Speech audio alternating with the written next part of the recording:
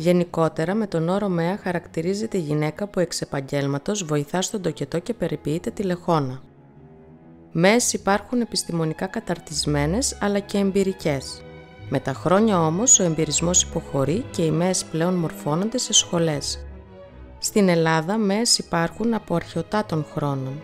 Ως Μέα αναφέρεται η Φεναρέτη, μητέρα του φιλόσοφου Σωκράτη. Αυτό το επάγγελμα υφίσταται και κατά τις μετέπειτα εποχές, τη Ρωμαϊκή, τη Βυζαντινή και τη Νεότερη. Το πρώτο ελληνικό βασιλικό διάταγμα που αναφέρθηκε στις Μέες και στα μεευτήρια εκδόθηκε στις 26 Φεβρουαρίου του 1838 και 3 χρόνια νωρίτερα πήρε από το Ελληνικό Ιατροσυνέδριο την πρώτη άδεια του επαγγέλματος η Αρδάνα Συρία στις 15 Απριλίου του 1835 και ακολούθησε η Άννα Πέσλερ στις 20 Μαΐου του 1835.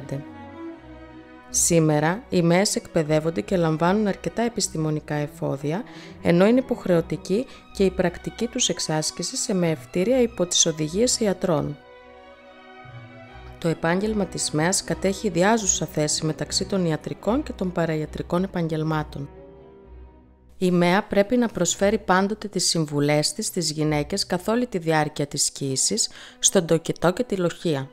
Επίσης, πρέπει να προσφέρει τη βοήθειά της χωρίς όμως να υποκαθιστά το γιατρό και ειδικά σε δύσκολους τοκετούς.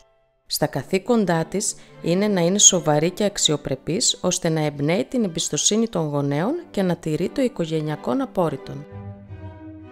Οι γυναίκες που πρόσφεραν τη βοήθειά τους στο νέο σιδηροχώρι από την ίδρυσή του ως τη δεκαετία του 1960 ως πρακτικές μέες, σύμφωνα με τις αναμνήσεις των γυρεότερων του χωριού, ήταν κυρίως 3, οι οποίες χρονολογικά διαδέχτηκαν η μία την άλλη και για κάποια χρονικά διαστήματα η δράση τους συνέπιπτε. Αυτές ήταν η Δέσποινα Βαρβάτου, η Κεραρίνη Βρουζέλη και η Κονδυλιό Νταντή. Παρακάτω παρουσιάζονται τα γενεαλογικά δέντρα των παραπάνω γυναικών που ξεκινούν από αυτές και καταλήγουν στα εγγόνια τους, κάποια από τα οποία είναι κάτοικοι του χωριού μας σήμερα.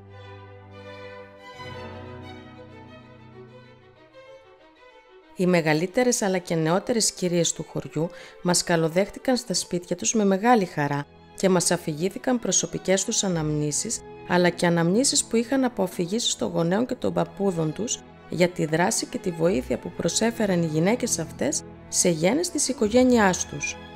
Παρακάτω θα δούμε τον τρόπο με τον οποίο γινόταν οι γένες εκείνη την εποχή, σύμφωνα με μαρτυρίες, αλλά και τη διαδικασία φροντίδας του νεογνού από την εκάστοτε μέα που αναλάμβανε τη γέννα. Η κυρία Γιαννούλα Μπουζή είναι η μεγαλύτερη από τα εν ζωή εγγόνια της Δέσποινας Βαρβάτου. Η ίδια λοιπόν θυμάται πως η γιαγιά της πήγαινε συνεχώς σε σπίτια και αναλάμβανε γένες. Το σπίτι της γιαγιάς ήταν το σημερινό σπίτι του Απόστολου και της Αθανασούλας Βαρβάτου. Εκεί μαζεύονταν όλα τα εγγόνια της γιαγιάς και την περίμεναν να γυρίσει από τη γέννα και να τους μοιράσει τις καραμέλες που της έδιναν. Αυτή ήταν η πληρωμή της μέας για τη γέννα. Σε κάποιες από τις γένες που πήγαινε έπαιρνε μαζί της τη δεύτερη κόρη της, Ειρήνη Αντρώνη, ή τη μετέπειτα πρακτική μέα του χωριού, την Κονδυλιό Νταντή, η οποία τότε ήταν νεαρή κοπέλα, ώστε να έχει βοήθεια. Μια από τις γένες που έκανε η Δέσποινα Βαρβάτου ήταν η γέννα του Βασίλη Μανίτσα, ο οποίος όταν γεννήθηκε ήταν πολύ μικρός και αδύνατος και πίστευαν ότι δεν θα ζήσει. Έβλεπαν τις γάμπες του μωρού και έλεγαν χαρακτηριστικά «Έχει βαλτό στο ποδάρ, δεν θα ζήσει» ή «Έχει ποτκό στο ποδάρ, θα ζήσει». Η μητέρα του παιδιού, επειδή είχε χάσει παιδιά πριν από αυτόν, είτε κατά τη διάρκεια της εγκυμοσύνης είτε μετά τη γέννα, πήγε το μωρό νύχτα και το άφησε έξω από την πόρτα της εκκλησίας και περίμενε στον περιβάλλοντα χώρο εκεί κρυμμένη, ώστε το παιδί να πάρει τη χάρη του Αγίου. Η πρώτη κυρία που πέρασε από το σημείο και βρήκε το μωρό έγινε και η νονά του. Αυτό το γεγονός αποτελεί ένα εθιμοτυπικό της εποχής που αποδεικνύει την πίστη που είχαν στο Θεό. Για τη συγκεκριμένη γυναίκα ήταν υψής της σημασίας να τηρηθεί το παραπάνω εθιμοτυπικό ώστε να ζήσει το παιδί της, διότι είχε βιώσει μια προηγούμενη αποβολή κατά τη διάρκεια της μεταφοράς της από το Σαμάκοβο στο νέο σιδηροχώρι, την περίοδο που είχαν παραμείνει για μικρό χρονικό διάστημα οι Σαμακοβίτες σε περιοχή ανάμεσα στα βουνά της Αλεξανδρούπολης, όπου εκεί θαύτηκε και το έμβριο που είχε αποβάλει, το οποίο ήταν σχηματισμένο, τυλιγμένο σε ένα μεγάλο φύλλο. Άλλο ένα εθιμοτυπικό της εποχής που μας έχει αναφερθεί είναι ότι μετά τη γέννα η μαμή αλάτιζε το παιδί για να μην μυρίζει. Το άφηνε μια νύχτα με το αλάτι και την άλλη μέρα πήγαινε για να το κάνει μπάνιο. Στο πρώτο μπάνιο το κεφαλάκι του μωρού το έπλαιναν με ασπράδι αυγού, πιθανόν για να μην βγάλει το παιδί νινίδα, τη λεγόμενη καλογριά. Τέλος, το μωρό το τύλιγαν με σπάργανα, φασιές, αρκετά σφιχτά και μετά με κουβερτάκι, ώστε το σώμα του να γίνει ευθυτενές. Στην παρακάτω φωτογραφία απεικονίζεται η μαμή Δέσποινα Βαρβάτου. Η Δέσποινα Βαρβάτου πέθανε από κρύωμα μετά τη γέννα της Πολίνας Στανίτσα, η οποία ήταν πολύ δύσκολη και κράτησε πολλές ώρες. Η μαμή έφυγε από το σπίτι της κυρίας Στανίτσα πολύ ιδρωμένη, πούντιασε και μετά από λίγο πέθανε. Σε αυτό το σημείο αξίζει να αναφερθεί ότι το επίθετο μανίτσα προέρχεται από την προσφώνηση της μαμής ως μαμίτσα ή μανίτσα. Σύμφωνα με μαρτυρίες, στο Σαμάκοβο δρούσε ως μαμή η προγιαγιά του Βασίλειου Μανίτσα, ο οποίος αναφέρθηκε νωρίτερα. Ονομαζόταν Μανολίδου, επειδή όμως την προσφωνούσαν Μανίτσα, παρέμεινε η προσφώνηση αυτή ως επίθετο της οικογένειας.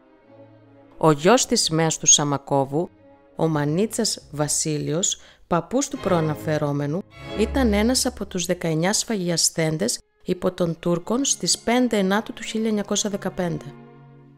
Η κυρία Ευδοκία Μανίτσα είναι η μικρότερη από τα εν ζωή εγγόνια της μαμής Κεραρίνης Βρουζέλη.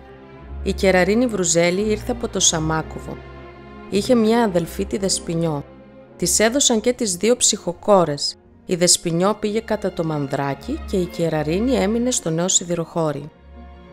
Ζούσε σε σπίτι του επικισμού, όπου αργότερα πέρασε στην κατοχή του δυσέγγονού της, Θεόδωρου Βρουζέλη.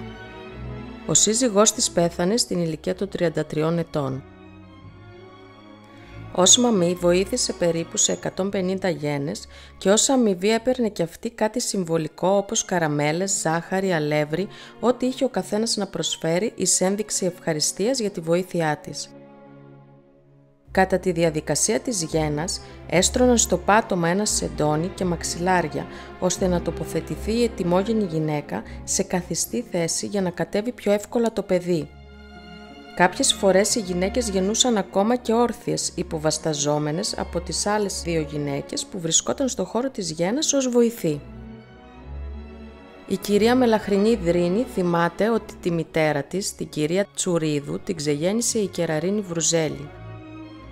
Η κυρία Τσουρίδου εργαζόταν στο χωράφι μέχρι τη στιγμή που άρχισαν οι πρώτοι πόνοι. Επέστρεψε στο σπίτι της και είπε στην νονά της να πάει να φωνάξει τη μαμή. Πήγε η Κεραρίνη Βρουζέλη στο σπίτι και ξεγέννησε γρήγορα και εύκολα την κυρία Τσουρίδου. Για τη φροντίδα του μωρού ακολούθησε τη διαδικασία του αλατίσματος και του φασκιώματος που έκανε και η προηγούμενη μαμή.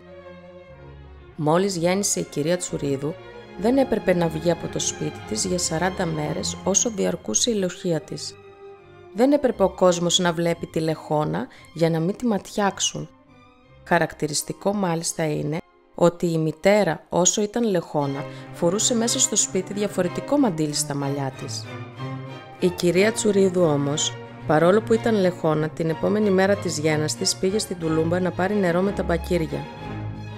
Εκεί συνάντησε μια χωριανιά, η οποία τη ρώτησε πότε γεννάει. Εκείνη δεν της είπε ότι γέννησε, απάντησε ότι περιμένει από στιγμή σε στιγμή να γεννήσει. Τότε η χωριανιά της ευχήθηκε καλή λευτεριά. Όταν η γυναίκα γύρισε στο σπίτι της, έβγαλε μια μεγάλη φουσκάλα στο χέρι της και δεν μπορούσε να κάνει τίποτα ούτε να φροντίσει το μωρό της. Η φουσκάλα στο χέρι της επέμενε για 40 ημέρες και έφυγε όταν τέλειωσε η λοχεία της. Η Κεραρίνη Βρουζέλη βοήθησε πολύ τα παιδιά της με τη φύλαξη των εγγονιών της. Ήταν σκυφτή και είχε ένα μάτι διότι είχε πάθει ένα ατύχημα κατά τη διάρκεια των αγροτικών εργασιών του θερισμού. Τα 2 τελευταία χρόνια της ζωής της ήταν κατάκητη. Πέθανε το 1954 σε ηλικία άνω των 80 ετών. Δυστυχώς δεν έχει βρεθεί κάποια φωτογραφία της μαμής Κεραρίνης Βρουζέλη. Η Κοντιλιόντα Ντι γεννήθηκε στο Σαμάκοβο το 1908. Κατά το διωγμό, νεαρή κοπέλα έφυγε από το Σαμάκοβο και έφτασε αρχικά στο Βόλο.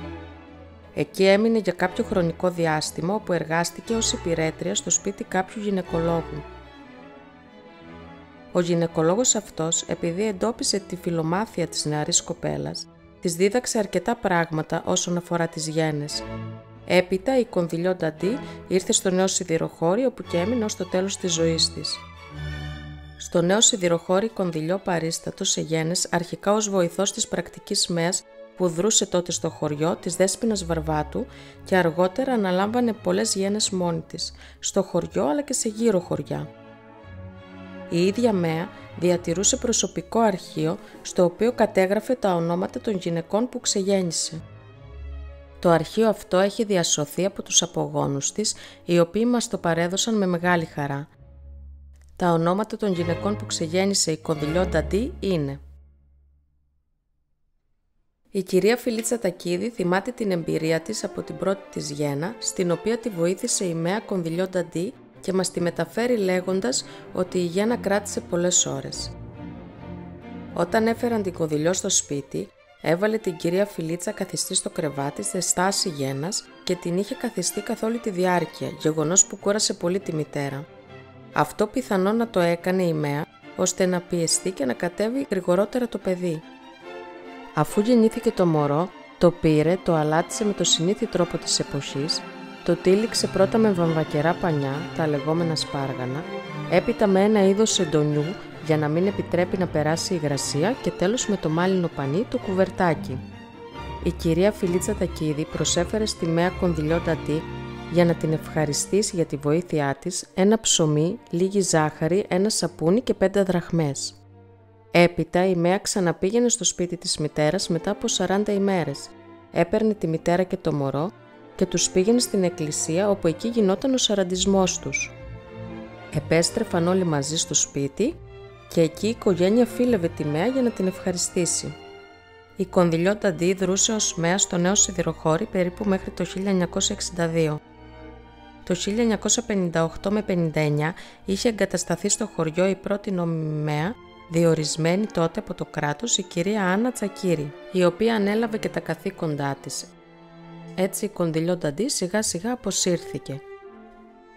Η Κονδυλιόντα Ντι πέθανε στις 21 Ιουλίου του 1988 σε ηλικία 80 ετών. Αξίζει να αναφερθούν κάποιες μαρτυρίες που έχουμε σχετικά με τον τρόπο με τον οποίο προσπαθούσαν οι θυλάζουσες μητέρες να κόψουν το θυλασμό από τα παιδιά τους. Τοποθετούσαν στο στήθος τους ένα σκατζόχυρο ώστε το παιδί να τσιμπηθεί και να μην θέλει να θυλάσει, πάντα βέβαια ελεγχόμενα και διασφαλίζοντας την ασφάλεια του παιδιού. Τέλος, αξίζει να αναφερθεί η διαδικασία που ακολουθούσαν οι νέες μητέρες για να τυλίξουν, φασκιώσουν δηλαδή, το μωρό τους. Σύμφωνα με όσα μας περιγράφει η κυρία Φιλίτσα Τακίδη, το πρώτο πανί που έστρωναν στο κρεβάτι για να τυλίξουν το μωρό ήταν το κιλίμι, που ήταν πλεχτό, χρωματιστό κουβερτάκι. Από πάνω έβαζαν τη φασκιά που είχε τη μορφή μακριάς υφασμάτινης κορδέλας με την οποία έκαναν το τύλιγμα του μωρού. Έπειτα από πάνω έστρωναν την τυλγάδα που ήταν λευκή βαμβακερή πάνα σαν σεντονάκι. Η τραχηλιά ήταν μακρόστενο κομμάτι σεντονιού που είχε τελείωμα με δαντέλα και το τοποθετούσαν έτσι στην άκρη της τυλγάδας ώστε να φαίνεται στο τύλιγμα η δαντέλα. Έπειτα έμπαινε το τσιμπερό που ήταν μάλινο κουβερτάκι λίγο μικρότερων διαστάσεων για να είναι ζεστό το μωρό. Πάνω από το τσιμπερό έβαζαν ένα βαμβακερό πανί και εκεί τοποθετούσαν το μωρό, αφού πρώτα του έβαζαν ξεχωριστά κομμάτια πανιού ανάμεσα στα ποδαράκια του και ένα κομμάτι από πανί το οποίο ζέστεναν στη σόμπα στο κάτω μέρος των ποδιών για να τα κρατάει ζεστά, το λεγόμενο ποδαρίτι, και τέλος τον τύλιγαν.